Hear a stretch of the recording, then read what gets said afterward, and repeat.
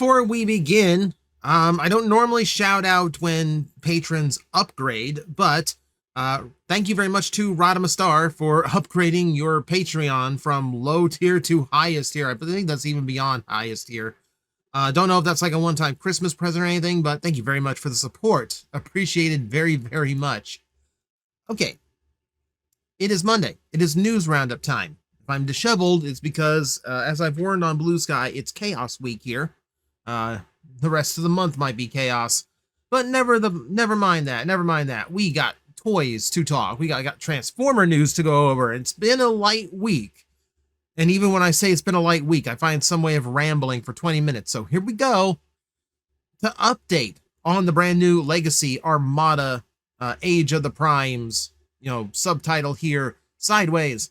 We have now been confirmed there is a way to swap the heads. Of course he can do the head swap thing. It's Armada Sideways.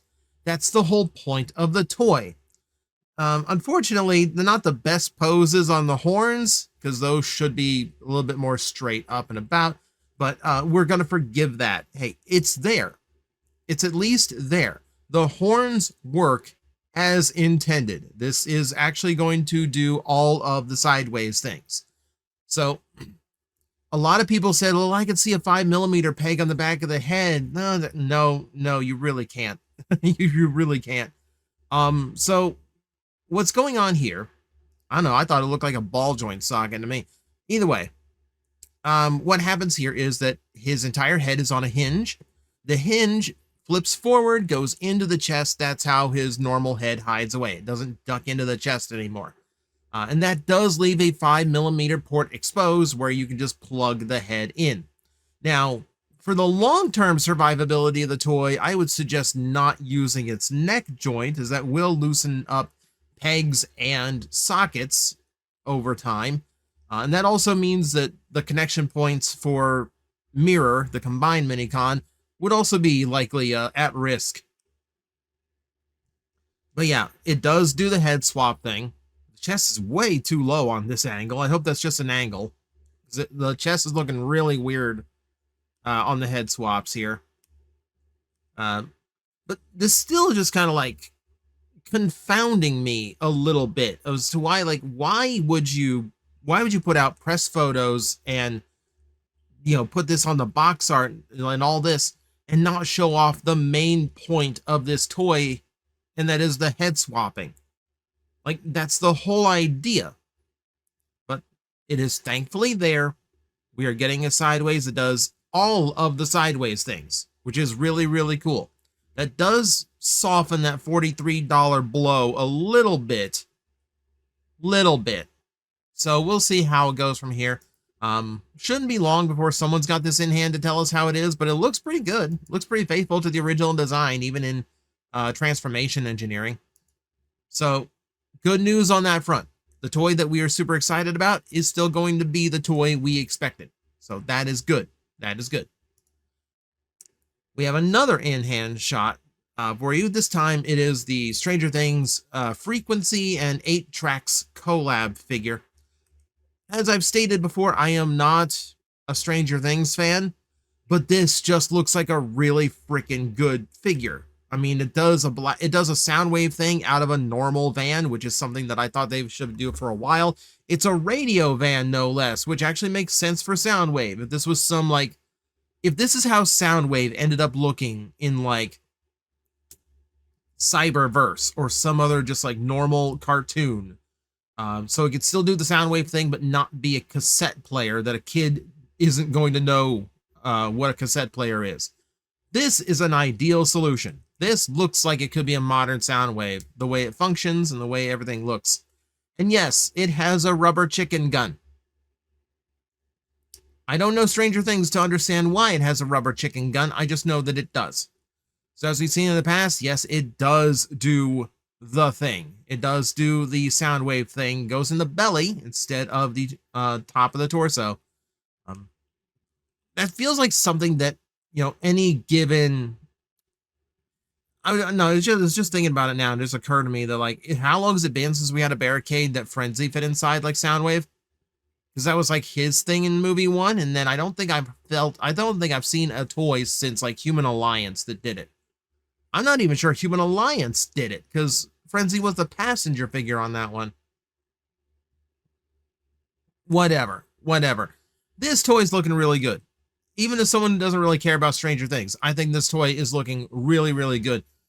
Great basis for an Earth mode sound wave with a vehicle mode. Great basis for doing a proper Ironhide out of a real van, not a vanette or a ambulance or anything. This looks really, really good. I am looking forward to this in spite of its origins. A toy thief got their hands on Alpha Trion. So this one is incredibly revealing. I would normally avoid this guy's images just out of principle. However, this is important to see. And you have to know about this toy going into it. So, okay, yeah, based on Alpha Trion from the Transformers 1 movie. And the first thing we notice here is there's no angle tilt in the robot mode, which is a very standard form of articulation these days, so it is weird to see that it is going without. I will point out, I've been saying for a while now that if the toys do get budgeted down any further, the first thing that's going to go are ankle tilt, because it is ultimately a minor point of articulation that has other ways of being remedied. But for now, I'm going to assume it's just that was difficult to engineer in on this particular design, so they skipped it. So no ankle tilt on this toy. We do have to keep that in mind as we look through. Now, design-wise, it looks fine. It looks like old grumpy Alpha Trion from the movie. Good head articulation despite being a slumped over, like, hunchback design. You can see the moss painted onto the back, so it has this, like, really ancient, worn look to it. And it's very asymmetrical, even in, like, the shoulder armor, having damage on different sides. This is very good. This looks very, very good. So I cannot really fault this. This is looking nice so far. But I am going to be able to fault it as we go. So the posability is fine. It's just missing the ankle tilt, right? Okay, it's got the clear little weapons that he didn't use in the movie. This person thinks they're very mature. But yeah, we need to discuss this robot, this beast mode.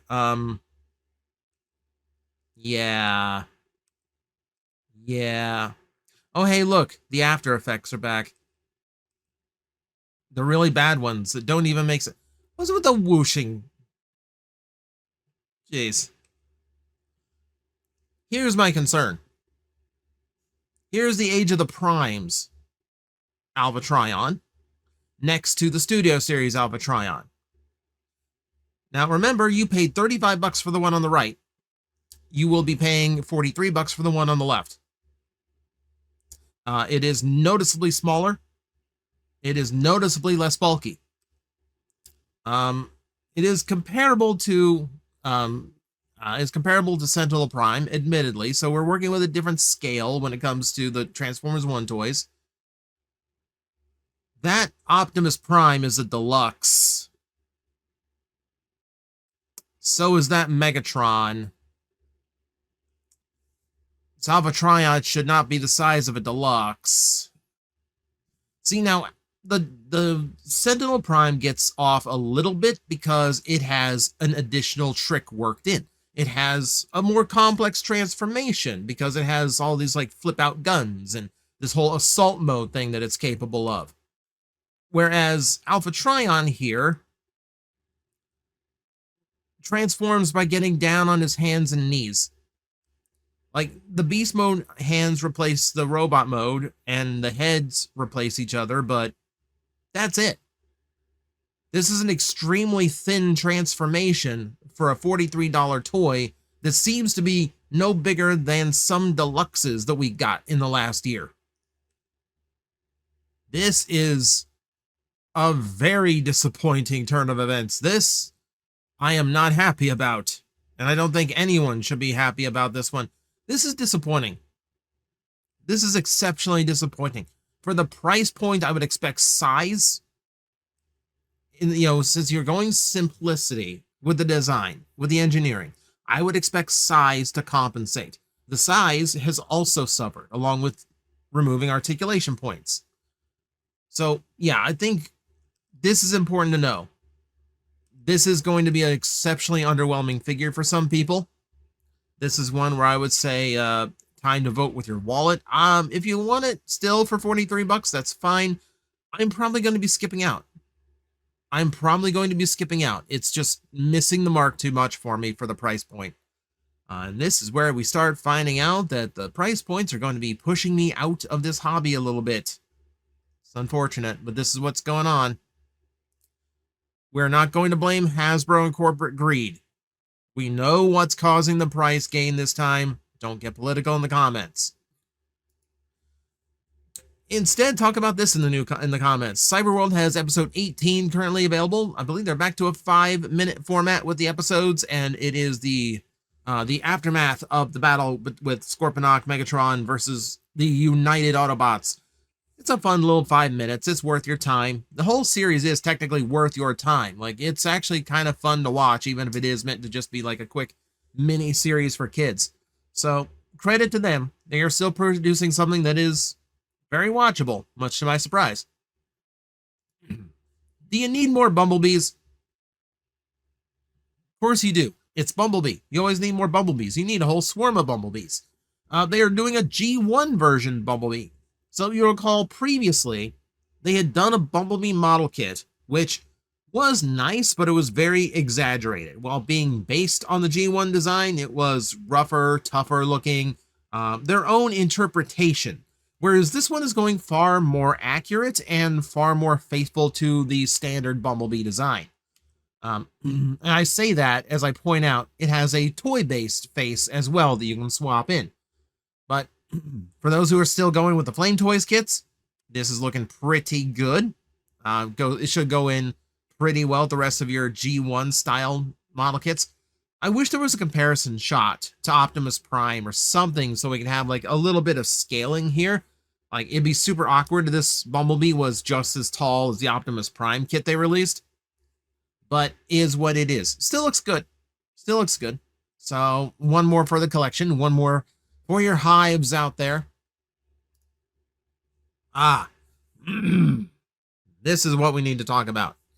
So, Yolo Park has announced their Tarn. This is in the AMK Pro series, which means it is a model kit that most of the assembly has been done for you. You're going to get about 40 pieces pre-arranged on a plastic tray that you will then assemble into your finished Tarn. I mean, it lets you get some building experience in there and lets you have like the vibes of building a model kit without doing all the fiddly stuff that you normally begin with. So, and yeah, as you notice, comes with nickel. We always love to see nickel around here. But yeah, it is a brutal looking Tarn. The paint job that Yolo Park hits on these figures usually goes pretty hard. You can see the metallics are working overtime on this figure. The inlaid violet for his energy. You can see a lot of little bits of wear and tear, like little bits of weathering around. That's really nice to see. Gives them a grittier look. Which is always appropriate for any of the comic book Transformers, I find.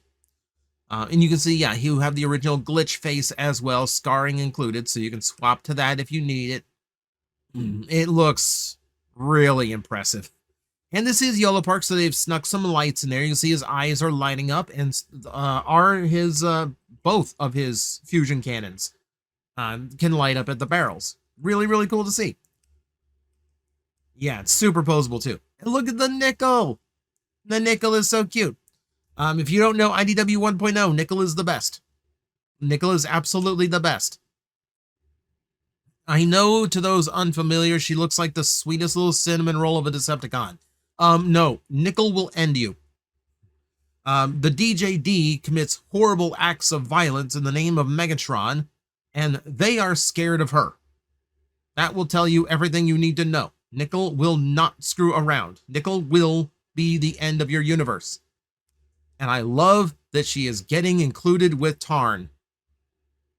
Absolutely fantastic. She has wheel feet, which is going to make her balance a little bit awkward. I hope they have some way of fixing that outside of just, here's a stand. No, it looks pretty good to me. I love seeing her included. That does make this a very robust set. That makes this a very robust set. I love the look of this. Yeah, absolutely fantastic job by Yolo Park. Looks amazing. Okay, so that's what they're rolling out. Let's see what Blokees is rolling out. And oh, hey, Blokees is rolling out a Tarn. Oh, the irony. This is in their Legends series, which I believe is their larger scale model kits. Blokees puts out so many different size classes, it's hard for me to keep track. But they are also putting out a very, very nice Tarn. Now, it's good to point out that these have different bases. These have different inspirations between the two. So there are notable detail differences. One of the biggest is that the Blokees does not seem to be nearly as metallic. But then if you like something that looks comic book accurate with flatter colors, you do have this as an option. This will be better for you. They also hide their LEDs very well in their toys. So he also has light up eyes. He looks really good. I'm not gonna lie. Like, this is going to be hard. This is going to be really, really hard. I know right now with budgets tight for a lot of people, there's going to be a debate over which one you get. I don't think you're going to go wrong with either. They both do the twitch face. They both have the double arm cannons. And they both include nickel. They both include nickel. Yeah, just incredibly cool looking. There she is. Now, Blokees has actually considered the wheel feet. You see, they plug into these little effect parts of smoke. That way, she stands upright without having to give her like normal feet. And I think here is where you really see the difference between like the comic accurate flat and then the metallic, the more realistic metallic. So it's going to be very dependent on whether or not you want that aesthetic. Still, both really, really good options here. I'm very curious when people get both in hands to weigh the two back and forth. This is where these companies really need to talk to each other more often and figure out, hey, are we releasing the same thing? Yes, okay. Someone needs to delay something. Still, we'll see how that shakes out. Blokees is also producing these golden Dinobots plus additionals for the 2026 exclusive set. And they are looking very, very nice. It's a mix of gold and silver on them that look really, really cool. It's very appropriate for the Dinobots, but looks cool on everyone else too. We've seen the preview pictures of these, and now we get to see them in hand. Swoop in particular, matching the rest of the Dinobots completely, is a very unusual sight. Not unwelcome, though. This actually looks really cool seeing everybody together in matched gold and silver. And then we have additionals. We have Optimus Prime. We have Wheeljack. We have a Seeker that you can just decide for yourself. I think it's supposed to be Starscream, but, you know, I don't know. Pick whoever you want. They do look really, really cool. They're all repaints of existing Blokees, so you're not getting anything terribly new out of them, but as an exclusive repaint set, they can do a lot worse. These are really, really pretty. We have one more shot, one more chance to look at the Miniature Package Collection Wave 1 from Takara. So this is like the only like really good images we're going to get of this. So you can see they are kind of just in Gashapon form, all built up. They are cardboard on the outside, a resemblance of the toy on the inside. And for a cheap little novelty thing, like, it's not bad. Now, were you brave enough to open it up and see what you get inside the box? Oh, someone did. Okay, so you have this. Oh, okay. Okay, so opening up the box, it actually does look like there is a tiny little version of the toy in there. It might be a facade. It might just be like a piece that's inserted into that tray. Yeah, until someone like breaks open this little bit of clear plastic and tries to harvest the toy out, which someone will. Someone absolutely will. It's still kind of hard to determine what you get. I'm sure by now, since these are in hand, someone has an answer out there. But offhand right now, I do not. So if there are tiny little non-transforming Transformers in these boxes, let me know, because I have plans. This would actually be fun for some things I have in mind photography wise. And to finish us off, someone found Cyberworld figural bag clips at retail, featuring some of your favorite characters and then many you've never seen before, like this version of Galvatron, who is a dragon with a Texas accent for some reason. This bull version of Megatron, who looks more like Galvatron than Galvatron does. They are actually pretty big, I'll give them that. Yeah, so these are like foam figure clips that you can just hang on a backpack or whatever. And yeah, featuring characters from the show. It looks like Elita 1 and Mirage have to be the secret chase versions of these, but everything else, yeah, cute little figures if you're into the series. And that's going to do it for me today. Like I said, thin news week that I still managed to make it to 20 minutes. Go me. But thank you everyone for watching. I will see you next time. Hello everyone, I am Astral Agent Magnetar, a Tokusatsu VTuber, and I am streaming 4 times a week over on Twitch, Monday, Tuesday, and Wednesday afternoons, and a special late night one on late Friday/early Saturday. So come watch, come hang out, and let's make an impact together.